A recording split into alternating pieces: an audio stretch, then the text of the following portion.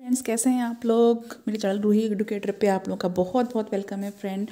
और मैं हूँ रूही। और जैसा कि आप लोगों को पता है कि मैं अपने चैनल पे बायोलॉजी के, साइंस के, फूड साइंस के वीडियोस बनाती हूँ फ्रेंड्स। और मेरा फेसबुक पेज भी है जो कि प्रतियोगिता पेज है, उसको भी आप फॉलो कर सकते हैं। फेसबुक ग्रुप भी है, उसको भी आप जोड़ सकते हैं। उससे जितने भी मेरे न्यू सब्सक्राइबर हैं, जितने भी लोग पहले से इस पेज को, मेरे ग्रुप को और मेरे चैनल को ज्वाइन किए हुए हैं, उन सभी लोगों को बहुत बहुत थैंक यू है।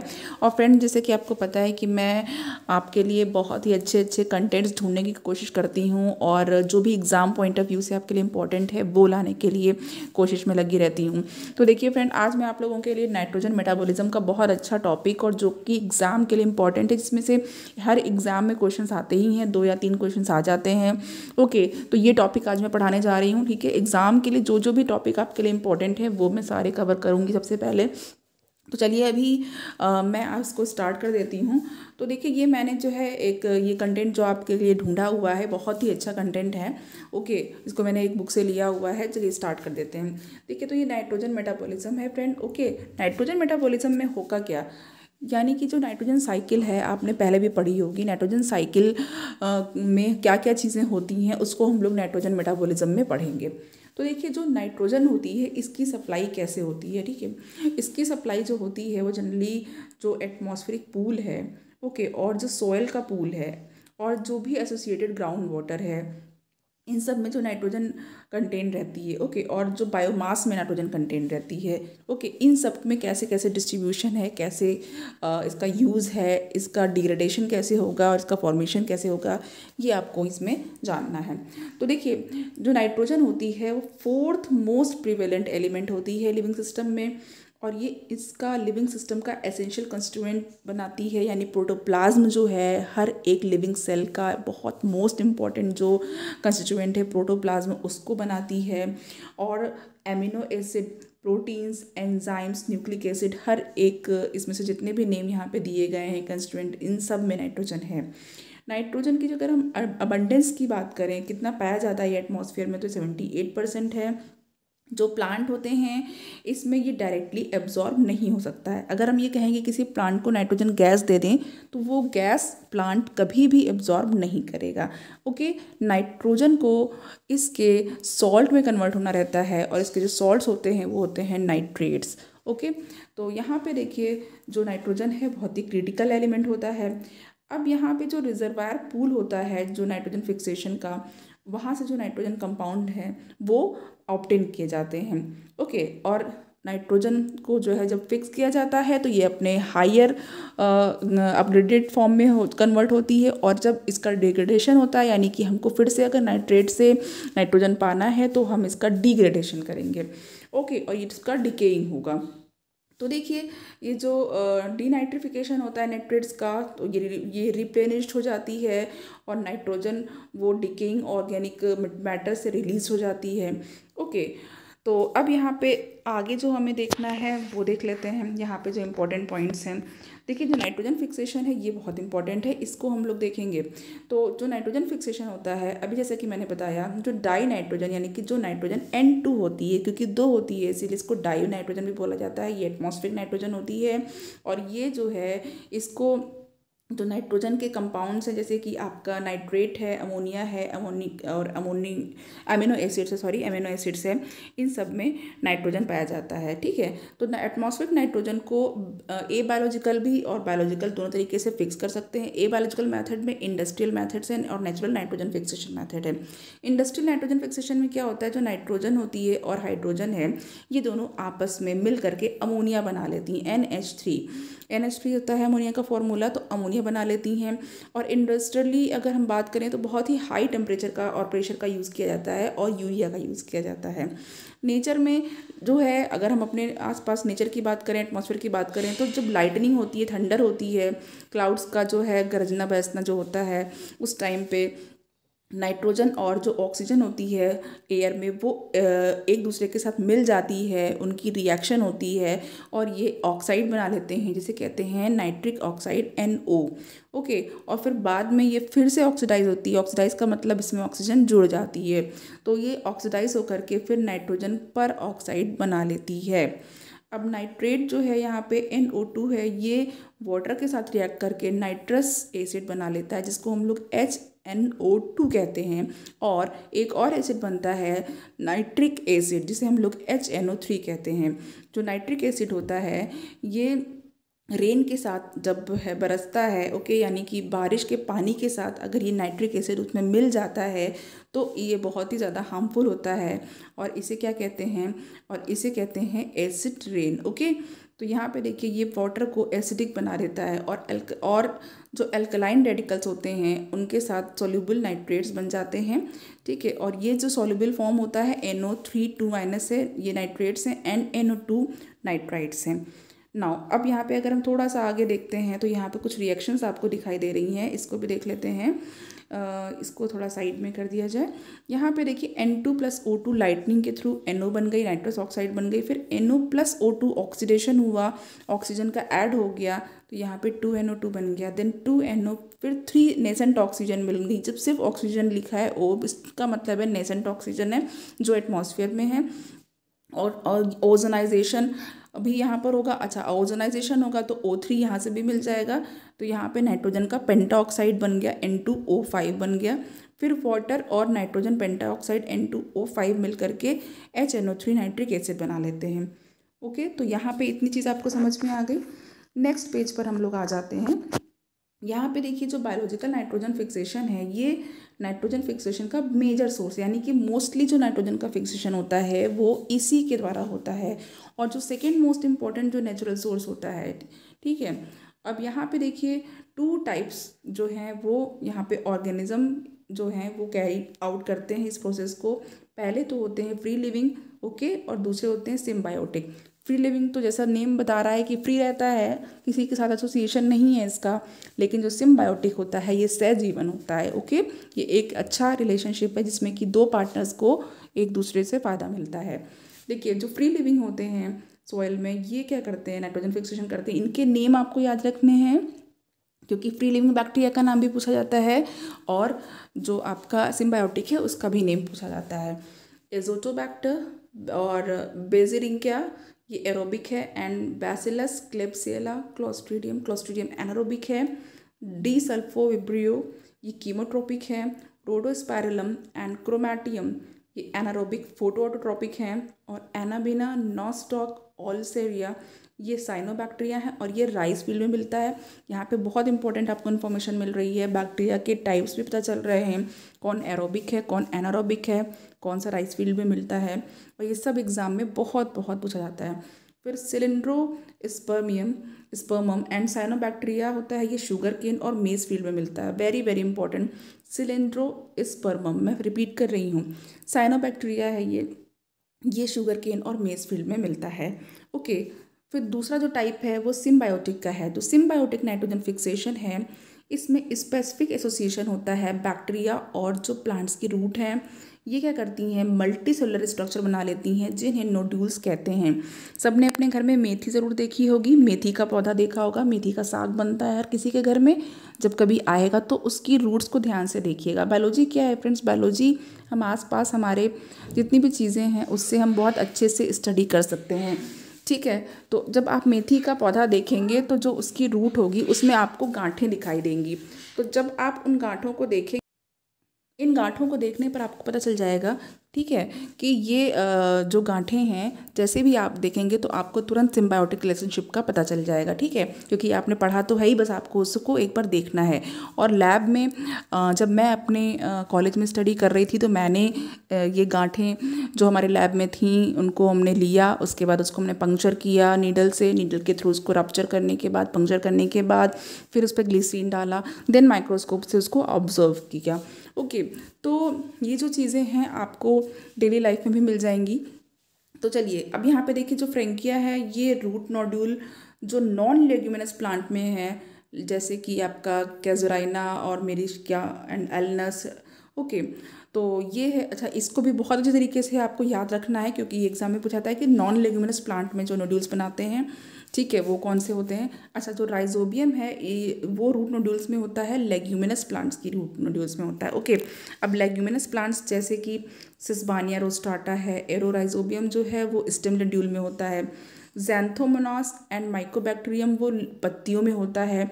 और जो मेंबर है ये किस फैमिली का मेंबर है, रूबिएसी, यानी जो चाय की फैमिली है।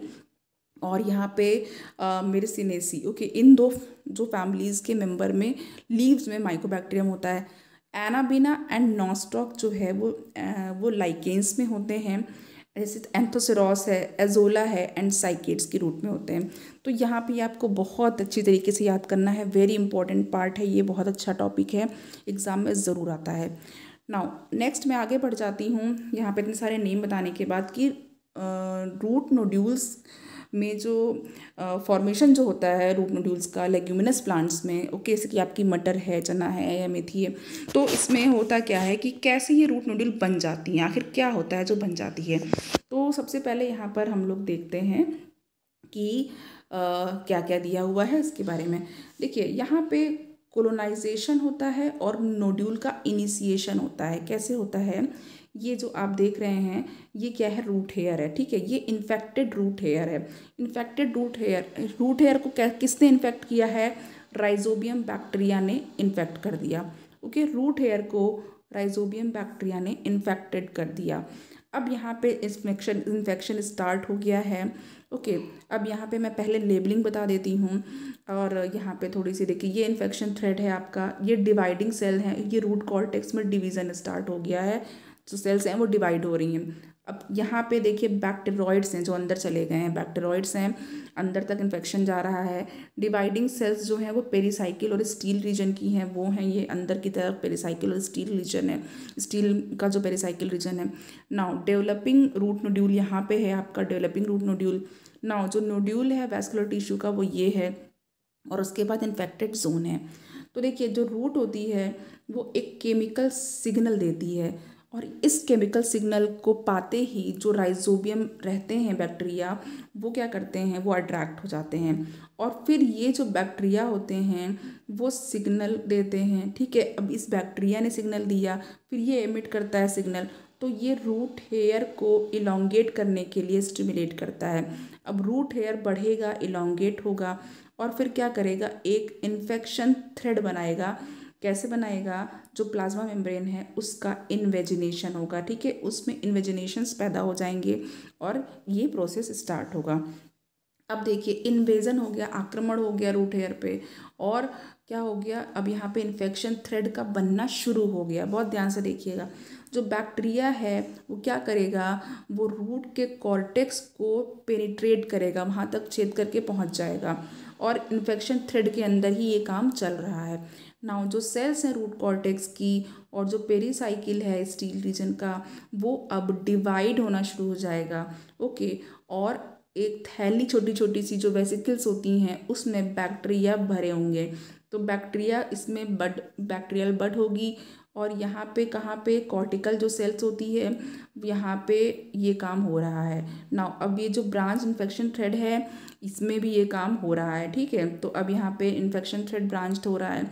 नाउ अब जो वेसिकल मेम्ब्रेन है वो जो प्लाज्मा मेम्ब्रेन है रूट हेयर की, वहाँ से डिराइव होती है, ठीक है। इतनी चीज़ें आपको पता चल गई कि वेसिकल जो मेम्ब्रेन है वो कहाँ से आ रही है, वो प्लाज्मा मेम्ब्रेन जो है आउटर रूट सेल्स की, वहाँ से उसका इन्वेजिनेशन के थ्रू बन रही है।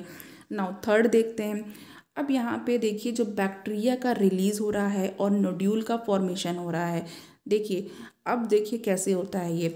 नाउ अब जो ग्रोथ है वो होती जा रही है, कंटिन्यू हो रही है, अफेक्टेड रीजन में चल रही है ग्रोथ। ओके, अफेक्टेड रीजन क्या है फिर से बता देते हैं, जो रूट का कॉर्टेक्स है और जो पेरिसाइकिल है, ये अफेक्टेड रीजन है।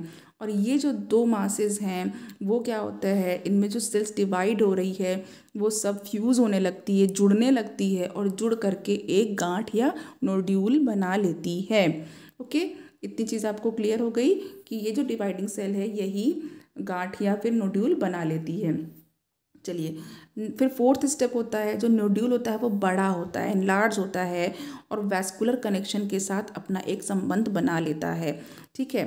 तो वैस्कुलर कनेक्शन के साथ इसका एक रिलेशन स्टैब्लिश हो जाता है।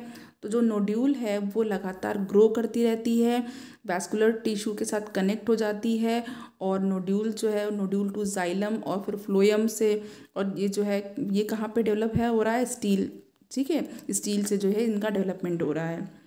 अब उसके बाद ये जो वैस्कुलर टिश्यू है ये नोड्यूल को खाना पानी देता है, ठीक है, सप्लाई देता है, न्यूट्रिएंट्स देता है, और फिर ये नाइट्रोजनस कंपाउंड को कैरी करती है नोड्यूल से इनटू द स्टील में जो है नाइट्रोजनस कंपाउंड जाते रहते हैं, और फिर ये पूरे प्लांट में वहाँ से डिस्ट्रीब्यूट हो जाते हैं। इस तरीके से आपने पूरा ये प्रोसेस देखा, ठीक है। चलिए अब यहाँ पे बहुत इंपॉर्टेंट फिर एक चीज़ आ गई। पूरा मैंने बताया ना, टॉपिक इंपॉर्टेंट है, इसमें कौन से बैक्टीरिया हैं, क्या प्रोसेस है, बहुत अच्छे से देखिएगा। देखिए जो नोड्यूल फॉर्मेशन होता है वो ऑक्सिन हार्मोन से स्टिमुलेट होता है। ऑक्सिन हार्मोन कहाँ से पैदा होता है? ऑक्सिन हार्मोन कॉर्टिकल सेल से पैदा होता है, ठीक है। साइटोकाइनिन जो काइनिन हार्मोन है वो कौन लिबरेट करता है? जिस बैक्टीरिया का बैक्टीरियोइड का आक्रमण हो रहा है, सपोज राइजोबियम का, वो क्या करता है? साइटोकाइनिन का रिलीज करता है, ठीक है। दो हार्मोन यहाँ पे यूज़ हो रहे हैं, एक तो ऑक्सिन और एक साइटोकाइनिन। नाउ जो होस्ट सेल है वो एक पिंकिश पिगमेंट, पिंक कलर का गुलाबी रंग का एक पिगमेंट जिसको कहते हैं लेग हीमोग्लोबिन। ये क्या होता है? लेग हीमोग्लोबिन क्या होता है? इसके क्या लेग होते हैं? नहीं। लेग हीमोग्लोबिन जो होता है ये ऑक्सीजन स्कैवेंजर का काम करता है, ऑक्सीजन को बचाता है, स्कैवेंज करता है, ठीक है। तो जो होस्ट सेल होती है वो लेग हीमोग्लोबिन को डेवलप करती है। ये जो नाइट्रोजन फिक्सिंग एंजाइम नाइट्रोजनेज होता है इससे ऑक्सीजन को बचाती है, protects nitrogen fixing enzyme nitrogenase from oxygen, oxygen से इसको बचाती है। तो अब यहाँ से ऑक्सीजन से स्कैवेंज किया जा रहा है इसको, ठीक है। तो protects nitrogen fixing enzyme nitrogenase, यानी नाइट्रोजनेज को बचाना है फ्रॉम द ऑक्सीजन, तो ऑक्सीजन से इसको बचा लिया इसने, ऑक्सीजन स्कैवेंज कर रहा है। नाउ जो सिम्बायोटिक नाइट्रोजन फिक्सेशन होता है इसको नॉड जीन्स जो हैं लेग्यूम्स के उनका कोऑपरेशन चाहिए होता है। Nod, nif and fix genes जो होते हैं ये बैक्टीरिया के क्लस्टर्स होते हैं, ओके। तो सिम्बायोटिक नाइट्रोजन फिक्सेशन को नॉड जीन जो हैं लेग्यूम्स के उनका कोऑपरेशन चाहिए होता है। Nod, nif and fix genes clusters of bacteria हैं, ओके। नाउ नेक्स्ट आगे पढ़ लेते हैं जो मैकेनिज्म है। देखिए अब यहाँ पे मैकेनिज्म ऑफ नाइट्रोजन फिक्सेशन है, तो जो मैकेनिज्म है उसको भी देखना है कैसे हो रहा है। इजी है, आपको तुरंत समझ में आ जाएगा। तो देखिए यहाँ पे कुछ रिक्वायरमेंट्स होती हैं नाइट्रोजन फिक्सेशन के लिए, जिसमें कि जो रिड्यूसिंग पावर होती है वो NADP और FMNH2 होती है, और जो सोर्स ऑफ एनर्जी है वो सेल्स में हमेशा ATP ही होता है, ओके। तो यहाँ पे और यहाँ पे डाइनाइट्रोजन एंजाइम है, ओके, डाइनाइट्रोजनेज एंजाइम। नाउ जो डाइनाइट्रोजनेज एंजाइम है इसमें आयरन एंड मॉलिब्डेनम है, ओके। आयरन एंड मॉलिब्डेनम है, दो मेटल हैं। अब ये जो दोनों हैं ये जो N2 मॉलिक्यूल है इससे अटैचमेंट करने में पार्टिसिपेट करते हैं, जिससे कि दो नाइट्रोजन एटम के बीच का जो बॉन्ड है वो कमज़ोर हो जाए और इसको तोड़ सकें। नाउ अब जो बॉन्ड है दो एटम ऑफ नाइट्रोजन के बीच का वो वीक हो जाता है, ये मेटालिक कंपाउंड उससे अटैच हो जाते हैं। आयरन और मॉलिब्डेनम जो मेटालिक कंपाउंड इससे जुड़ रहे हैं, और जो नाइट्रोजन के बीच का जो बॉन्ड है ये आपका डाइनाइट्रोजन है, इसके बीच का जो ये बॉन्ड है, ये जो बॉन्ड है इसको तोड़ रहे हैं, ठीक है। तो अब ये जो नाइट्रोजन का मॉलिक्यूल है वो हाइड्रोजन के द्वारा एक्ट किया जाता है उस पर, और फिर ये जो एक रिड्यूस्ड एंजाइम है यहाँ से आता है, ओके। द वीकेंड जो नाइट्रोजन मॉलिक्यूल है वो हाइड्रोजन जो कि रिड्यूस्ड कोएंजाइम से मिल रही है उसके द्वारा एक्ट किया जाता है। नाउ अब यहाँ पे डाईइमाइड N2H2, हाइड्रोजीन N2H4 और अमोनिया जो कि लिबरेट नहीं होती है, ये तीन आपके कंपाउंड प्रोड्यूस होते हैं, ओके। आगे देखते हैं जो नाइट्रोजन फिक्सर्स होते हैं ये क्या करते हैं, ये अपने आप को टॉक्सिक कंसंट्रेशन जो है अमोनिया की, क्योंकि अमोनिया टॉक्सिक होती है तो इसकी कंसंट्रेशन से अपने आप को प्रोटेक्ट करते हैं। कैसे प्रोटेक्ट करते हैं? By providing organic acids, organic acids जो प्रोवाइड होता है और ये अमोनिया के साथ रिएक्ट करके अमीनो एसिड्स बना लेता है, ओके। नेक्स्ट यहाँ पे आगे देखते हैं क्या हो रहा है। यहाँ पे जो अमोनिया है और अल्फा कीटो ग्लूट्रेट है प्लस NAD है, PH है, और डिहाइड्रोजनेज एंजाइम की प्रेजेंस में ग्लूटामेट बना लेता है, NAD बन जाता है और H2O वाटर बन जाता है। यहाँ पे जो नाइट्रोजन का रिडक्शन हो रहा है अमोनिया में ये नाइट्रोजनेज एंजाइम के द्वारा हो रहा है। बैक्टीरियोइड्स में। और ये किस पर डिपेंड करता है, ये एटीपी की अवेलेबिलिटी पे डिपेंड करता है। और जो सबस्ट्रेट की जो होते हैं वो हाइड्रोजन एटम को नाइट्रोजन को डोनेट करने में कैपेबल होते हैं। अच्छा, नेक्स्ट पॉइंट है हमारे पास कि ये जो एटीपी है ये नॉन हीम जो आयरन प्रोटीन होती है नाइट्रोजनेज की, उसके साथ रिएक्ट करता है, इंटरैक्ट करता है और कन्फॉर्मेशनल चेंजेस ला देता है। ओके, कन्फॉर्मेशनल चेंजेस ला देता है। ठीक है, इन चेंजेस के बाद फिर ये क्या होता है, पावरफुल रिडक्टेंट में कन्वर्ट हो जाता है। नाउ नेक्स्ट पॉइंट है, जो पावरफुल रिडक्टेंट होता है वो अब इलेक्ट्रॉन के ट्रांसफ़र को कैपेबल बना देता है, जिससे कि यहाँ पे जो नाइट्रोजन है वो अमोनिया में रिड्यूस जाती है। Okay, to reduce nitrogen into ammonia. Next हमारे पास जो है ओके पॉइंट, ये क्या है, ये जो 4 मॉलिक्यूल्स होते हैं एटीपी के वो हाइड्रोलाइज हो जाते हैं for each pair of electron. हर एक इलेक्ट्रॉन के पेयर के लिए 4 एटीपी मॉलिक्यूल्स का हाइड्रोलिसिस होता है और ये नाइट्रोजन को ट्रांसफ़र कर दिए जाते हैं। अब यहाँ पे जो रिडक्शन है 1 मॉलिक्यूल ऑफ नाइट्रोजन का 2 मॉलिक्यूल ऑफ अमोनिया में, ये इसको 16 मॉलिक्यूल एटीपी चाहिए होती है। इसको ही रिएक्शन में दिखा दिया गया है, N2 plus 8 electron plus 8 hydrogen plus 16 ATP. यहाँ पे डाई नाइट्रोजनेज है, फिर यहाँ पे अमोनिया बन गया, वाटर 16 एटीपी और 16 इनऑर्गेनिक फॉस्फेट। ओके, तो यहाँ पे इतनी चीज़ें बन गई। अब यहाँ पे अमोनिफिकेशन देख लेते हैं। अब यहाँ पे अमोनिफिकेशन में क्या होगा, अमोनिफिकेशन में ये कैसे होता है, अमोनिफिकेशन ये भी माइक्रो ऑर्गेनिज्म के द्वारा होता है। ओके, और ये डीके कॉज करता है जो माइक्रो ऑर्गेनिज्म उनके द्वारा होता है। ये नाइट्रोजनस एक्सक्रीशंस पे जो है एक्ट करते हैं। डेड बॉडीज़ जो होती है उनमें प्रोटीन होती है। ओके, जैसे बैसिलस रामोसस है, बैसिलस वगैरिस एंड एक्टिनोमाइसिस प्रोटीन्स हैं। ओके, फिर उसके बाद ये अमीनो एसिड में कन्वर्ट हो जाते हैं, then ROH and plus ammonia. जो अमोनिया है वो गैस स्टेट में नहीं रहती है, ये आयनिक फॉर्म अमोनियम आयन में बदल जाती है सॉइल में। ओके, और ये प्लांट के द्वारा डायरेक्टली यूज़ कर ली जाती है अगर पीएच जो सॉइल है वो 6 से कम है और प्लांट में अबंडेंट ऑर्गेनिक एसिड्स हैं। नाउ नेक्स्ट यहाँ पे है कि एक मिनट, यहाँ पे जो नाइट्रिफिकेशन है अब उसको देख लेते हैं। तो नाइट्रिफिकेशन में क्या होता है, यहाँ पे ये जो फिनोमेना है इसमें अमोनिया का नाइट्रेट में कन्वर्जन हो जाता है। 2 स्टेप्स होते हैं इसके, नाइट्राइट फॉर्मेशन है, इसमें अमोनियम आयन जो है वो ऑक्सीडाइज होकर नाइट्राइट बना लेते हैं। ये भी बैक्टीरिया के द्वारा होता है, नाइट्रोसोकोकस एंड नाइट्रोसोमोनास। बैक्टीरिया के नाम आपको ज़रूर याद करने हैं। अमोनिया और 3 ऑक्सीजन O2 है, रिएक्शन पूरी दी हुई है, NO2 2H+, 2H2O और एनर्जी। नाइट्रेट फॉर्मेशन, नाइट्राइट्स जो है वो नाइट्रेट में कन्वर्ट हो गए। नाइट्रोसिस्टिस एंड नाइट्रोबैक्टर इंपॉर्टेंट बैक्टीरिया है, एग्जाम में पूछे जाते हैं। तो 2NO2 है और प्लस O2 है, तो यहाँ पे 2NO3 plus energy. Now nitrifying bacteria जो होते हैं कीमोऑटोट्रॉफ्स होते हैं और ये जो लिबरेटेड एनर्जी होती है उसको यूज़ करते हैं। नाउ डीनाइट्रिफिकेशन, डीनाइट्रिफिकेशन में क्या है, डीनाइट्रिफिकेशन में यहाँ पे जो एनरोबिक कंडीशंस होती है उसमें कुछ माइक्रोब्स नाइट्रेट को यूज़ करते हैं और जो अदर ऑक्सीडाइज्ड आयन होते हैं सोर्स ऑफ ऑक्सीजन का काम करते हैं। नाउ यहाँ पे इस प्रोसेस में जो नाइट्रेट्स होती है वो रिड्यूस होकर गैसेस कंपाउंड बना लेती है नाइट्रोजन के और ये सॉइल से भाग जाती है, स्केप कर जाती है। स्यूडोमोनास डीनाइट्रिफिकेंस, थायोबैसिलस डीनाइट्रिफिकेंस, माइक्रोकोकस डीनाइट्रिफिकेंस, ये सारे इनके एग्जाम्पल्स हैं। ओके, और यहाँ पे ये जो प्रोसेस होता है ये सिर्फ नाइट्रोजन को डिप्लीट नहीं करता है बल्कि ये एसिडिफिकेशन भी कॉज करता है। अब हमको नाइट्रेट एसिमिलेशन देखना है। तो नाइट्रेट एसिमिलेशन जो है ये, और यहाँ पे जो आगे का पार्ट है ये हम लोग नेक्स्ट लेक्चर में कर लेंगे। ठीक है, तो आज के लिए इतना ही। Okay, thank you so much. जितने भी लोग हैं मेरे चैनल पे ऐसे बने रहिएगा और प्लीज़ मोटिवेट करने के लिए चैनल को सब्सक्राइब भी करिएगा, शेयर भी करिएगा। Thank you.